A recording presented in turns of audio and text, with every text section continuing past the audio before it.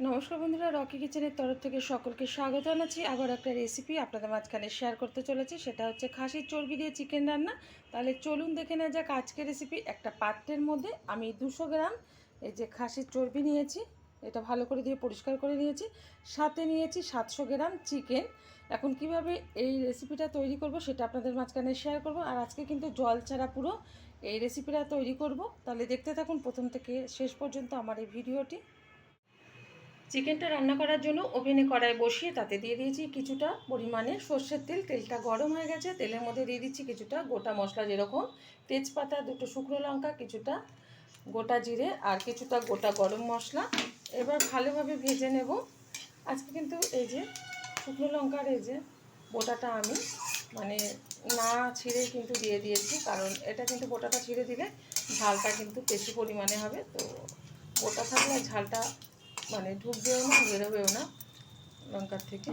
তো এখন ভাজা হয়ে গেছে, এখন এর মধ্যে দিয়ে দেবো কুচিয়ে রাখা পেঁয়াজ আর টমেটো।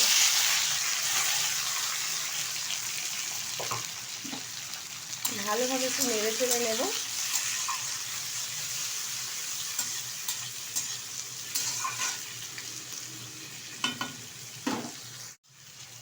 বেশ কিছুক্ষণ কিন্তু নেড়ে চেড়ে নিয়েছি।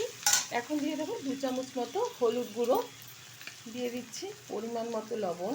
যতটা চিকেন সেই অনুযায়ী কিন্তু লবণটা ব্যবহার করতে হবে, যেহেতু চিকেনে কিন্তু আজকে জল ব্যবহার করব না, তো সেই বুঝেই লবণ দিতে হবে, নাহলে কিন্তু লবণের ভাগটা বেশি হয়ে গেলে খাওয়া যাবে না। এখন একটু নেড়ে চেড়ে নিচ্ছি।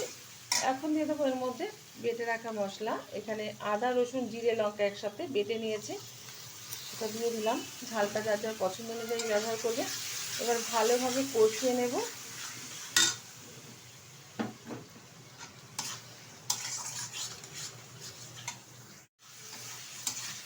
ভালোভাবে কিন্তু মশলাটা কষিয়ে নিয়েছি প্রায় 2 মিনিট মতো।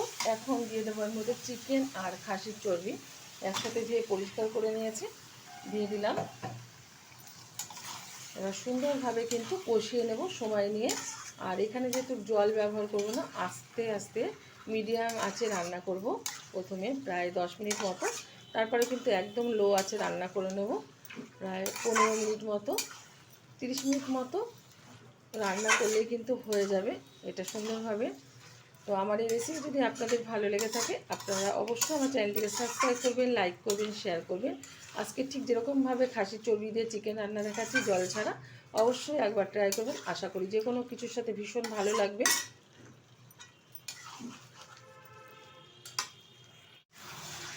চিকেনটা কিন্তু হালকা আঁচে রান্না করে নিলাম প্রায় 10 মিনিট মতো। এখন এর মধ্যে ভালোভাবে কিন্তু কষানো হয়ে গেছে। এই যে এখন এর মধ্যে দিয়ে দেবো থেতো করে রাখা কিছুটা এলাচ, ভালো ফ্লেভার আসবে। আপনারা এলাচের বদলে গরম মশলার গুঁড়ো ব্যবহার করতে পারেন। একটু এলাচ ব্যবহার করলে এর ফ্লেভারটা সুন্দর লাগে বেশি। তো সবার রুচিবোধ তো সমান না, যার যেটা ভালো লাগবে সে সেটাই ব্যবহার করবেন। তো ভালোভাবে আবার একটু নেড়ে দিলাম। এখন আমি একদম লো আঁচে রান্না করে নেব প্রায় 15 মিনিট ধরে।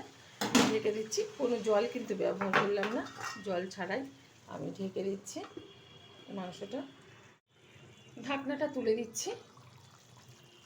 চিকেন থেকে কিন্তু প্রচুর পরিমাণে জল বেরিয়েছে, এই কারণেই কিন্তু চিকেনে বলেছি মানে চিকেনটা জল ছাড়া আমি রান্না করব আজকে। কারণ প্রত্যেকটা মানুষই আপনারা জানেন যে চিকেন সিদ্ধ হলে কিন্তু এর থেকে অনেকটা পরিমাণে জল বেরিয়ে আসে, আর এরকমভাবে রান্না করলে কিন্তু ভীষণ টেস্টফুল হয় রান্নাটা।